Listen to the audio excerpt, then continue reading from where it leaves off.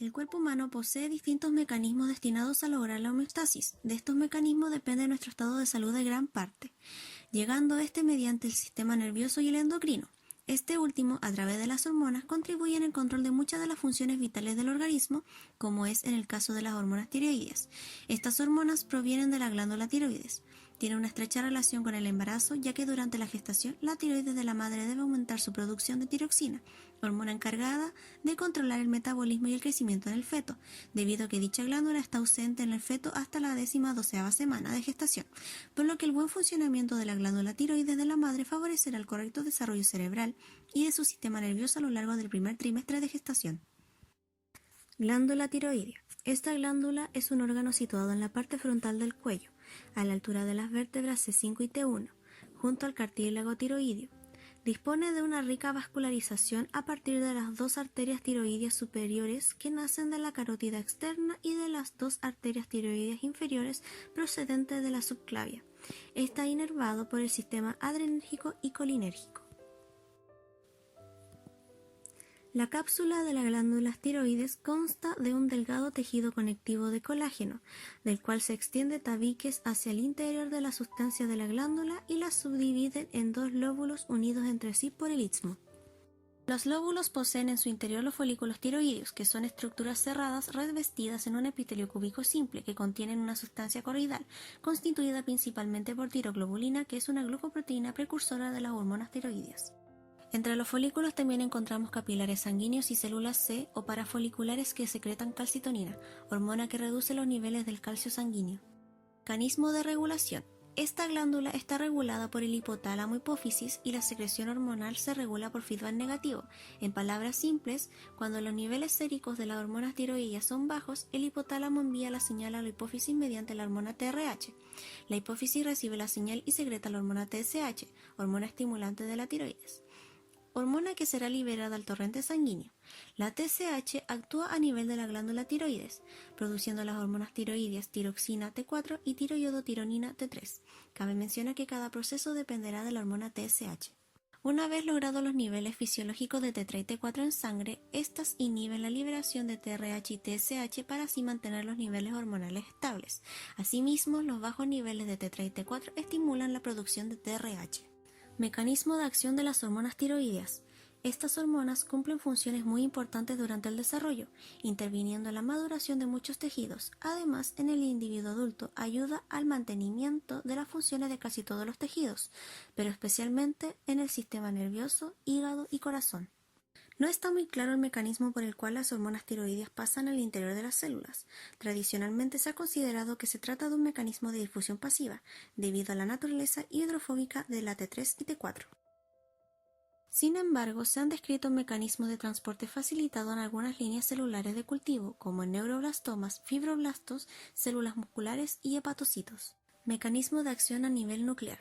En el interior de la célula, T3 se encuentra unida de forma reversible y con baja afinidad a un gran número de proteínas. Está en equilibrio con una fracción en estado libre que es 2 a 3 veces mayor que la del plasma.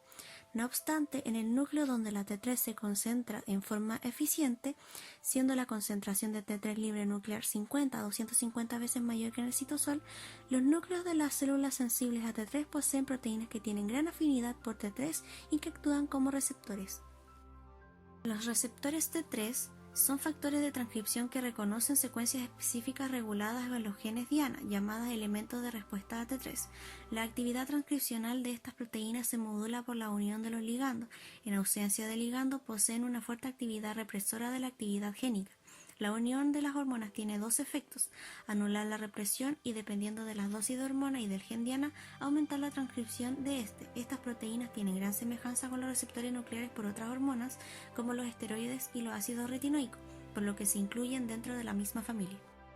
Los receptores nucleares son proteínas que tienen estructura modular, es decir, que diferentes partes de las mismas poseen funciones bien diferenciadas. Se conocen dos formas de receptores denominados A y B, codificados por distintos genes, el gen A en el cromosoma 17 y el gen B en el cromosoma 3. Estos genes dan lugar a su vez a distintas isoformas por proceso de splicing alternativo, que se conocen con los nombres de TRA1, TRA2, TRB1 y TRB2. La diferencia entre TRA1 y TRA2 se encuentra en el extremo carboxilo terminal de la proteína, específicamente en los dominios EF. Como consecuencia de esto, la TRA2 no posee la capacidad de unirse a la hormona. Esta proteína posee intactas las regiones AD de la TRA1, por lo que se unirá a la misma secuencia que este, con la diferencia que su actividad no es regulada por T3, por esta razón se le ha considerado un inhibidor de la acción mediada por TR. La diferencia entre TRB1 y TRB2 se encuentra en el extremo amino terminal de la región AB, siendo idénticas la región de unión al DNA y al ligando. Hormonas tiroideas. La síntesis de hormonas tiroideas, tiroxina T4 y tiroiodotironina T3, tienen lugar tanto en la glándula tiroides como en el tejido periférico. Su síntesis dentro de la glándula tiroides requiere de 4 elementos esenciales: yodo, peróxido de hidrógeno H2O2, tiroglobulina y tiroperoxidasa. La región de la síntesis de estas hormonas está controlada por el hipotálamo mediante la liberación de TRH, que actúa sobre la hipófisis, ocasionando la secreción de TSH por parte de esta última. El proceso de síntesis de la hormona tiroidea empieza por la captación de yodo circulante en la sangre en forma de yoduro. Este paso de incorporación del yodo por la membrana basal del tirocito se da gracias a la proteína transportadora NIS, sodio-yodo symporter. Posterior a este paso, el yoduro es transportado desde la membrana basal hasta la membrana apical del tirocito. En la membrana apical, el yoduro es oxidado hasta yodonio, gracias a la participación de la enzima tiroxidasa, TOX, y el peróxido de hidrógeno que actúa como captador de electrones. Después del proceso de oxidación del yoduro a yodonio, ocurre la yodación de la tiroglobulina, glucoproteína principal presente en el material coloide de los folículos tiroideos. Este paso está catalizado por la enzima tiroperoxidasa. El resultado de esta reacción produce monoyodotirosina y diyodotirosina. La TPO también actúa en la reacción del acoplamiento de la tirosina MIT y DIT para formar las tironinas T3 y T4. De esta forma, el acoplamiento de un MIT y un DIT da origen a T3 y al acoplar dos DIT se produce T4. ¿Cuál es la importancia del yodo en la dieta? Es fundamental para el correcto funcionamiento de la tiroides y la producción de T3 y T4, que regulan numerosas funciones metabólicas como el desarrollo de tejidos y el crecimiento, la maduración del sistema nervioso o el mantenimiento de la temperatura corporal. ¿Cuál es la diferencia entre la T3 y T4?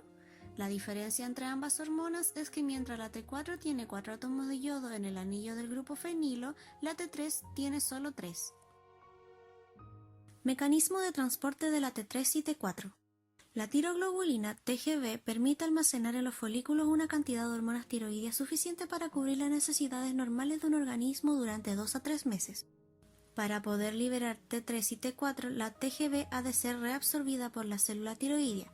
La TGB entra al citoplasma mediante un proceso de macropinocitosis, pero sobre todo por micropinocitosis.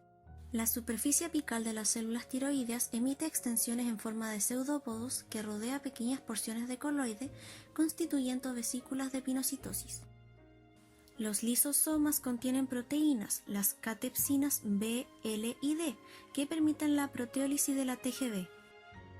La digestión de la TGB deja T3 y T4 intactas que pasan al torrente circulatorio, mientras que la diyodotirosina y monoyodotirosina son retenidas y desyodadas para ser recicladas dentro de la célula. Más del 99,95% de la T4 y 99,5% de la T3 están unidas a proteínas en sangre como son la globulina fijadora de tiroxina, TBG, transtirretina, TTR, anteriormente llamada prealbúmina fijadora de tiroxina o TBPA.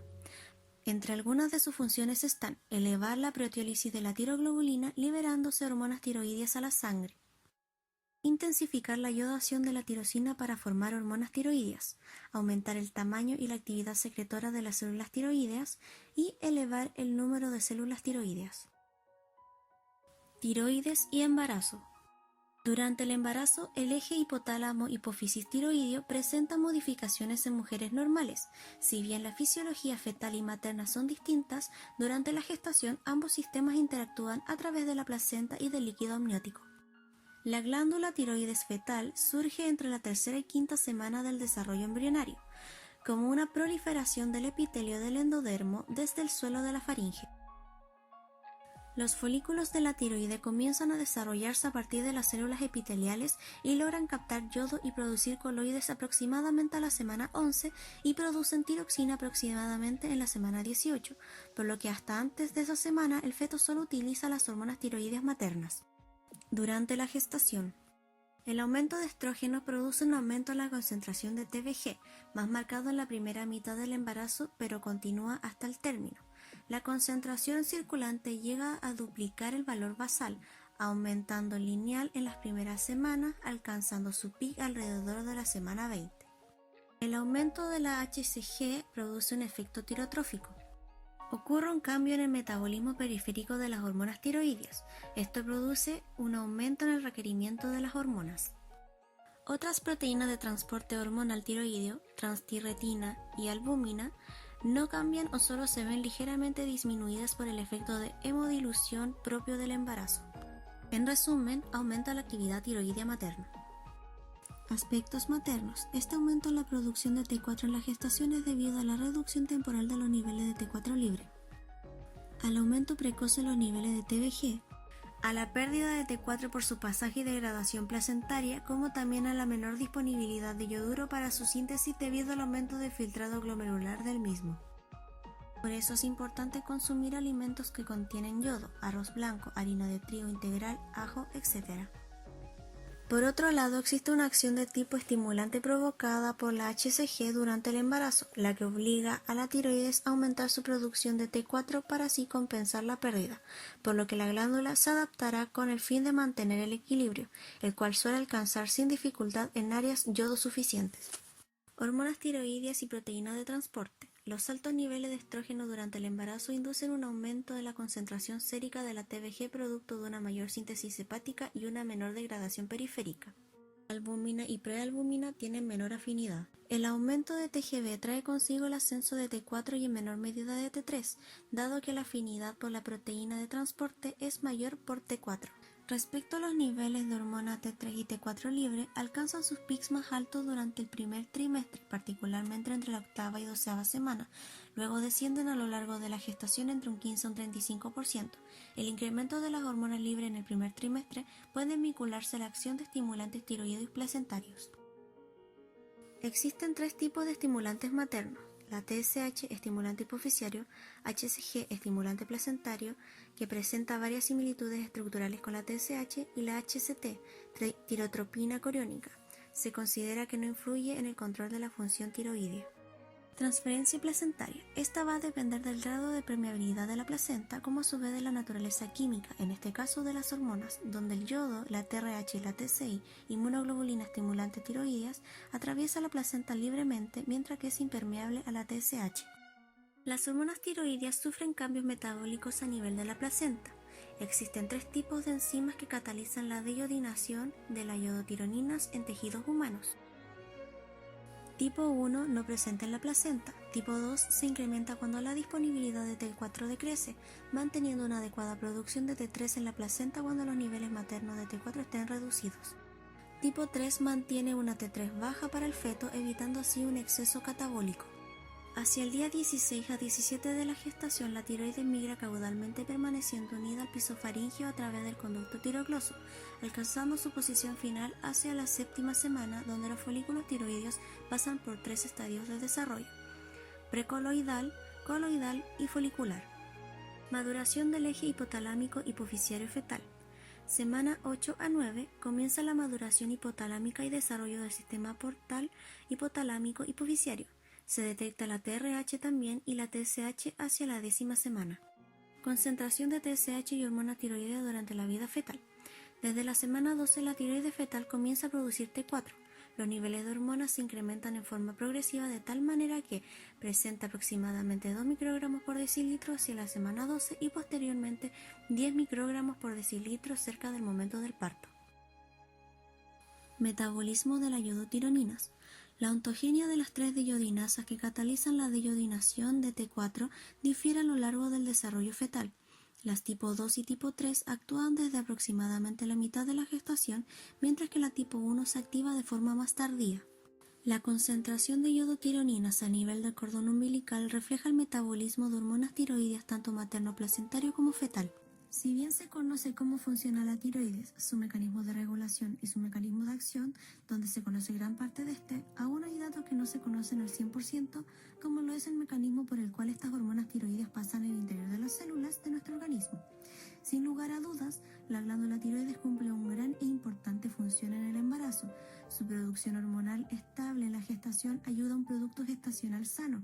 Aparte, su aparición y maduración tardía nos explica por qué el feto es dependiente de la T4 materna. Asimismo, considerando los cambios hormonales de la mujer, logramos comprender la razón del aumento de la producción de T4 en el embarazo. Viendo cómo el cuerpo humano es tan sabio y cada cambio de este tiene su motivo, nos damos cuenta que, pese a lo mucho que se sabe de la gestación, aún hay temas que se desconocen, como la mortalidad neonatal asociada al hipotiroidismo materno y las endocrinopatías maternas de la hipófisis que afectan a la producción tanto deficiente como sobreproducción de las hormonas tiroideas. Es por ello que es importante seguir indagando en el funcionamiento tiroideo materno en el embarazo, teniendo datos sólidos con el cual poder respaldarse ante situaciones donde la gestante presente estos casos.